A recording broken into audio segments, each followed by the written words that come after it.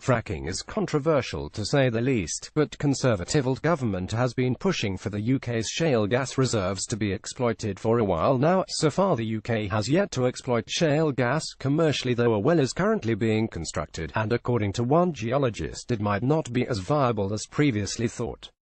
Professor John Underhill from Heriot-Watt University says that the UK's potential shale reserves might have been disrupted by shifts in the Earth around 55 million years ago. With that in mind, HES suggested that the government come up with a plan B for obtaining future gas supplies.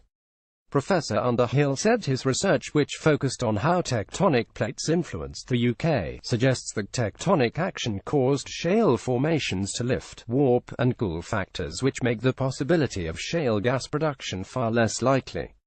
More specifically, the tectonic movement that affected the UK was caused by the movement of magma underneath Iceland. Areas of shale were subsequently lifted upwards, away from temperatures where oil and gas were likely to generate. Professor Underhill also noted that basins will have been broken into compartments that created pathways for gas to escape through.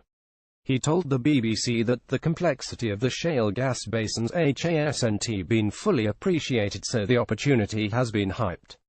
For fracking to work, the shale should be thick enough, sufficiently porous, and have the right mineralogy.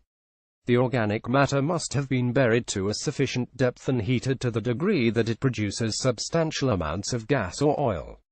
The amount of shale gas present underneath the UK is still unknown at this point, though estimates from the British Geological Survey indicate that the country could potentially be sitting on a large gas reserve.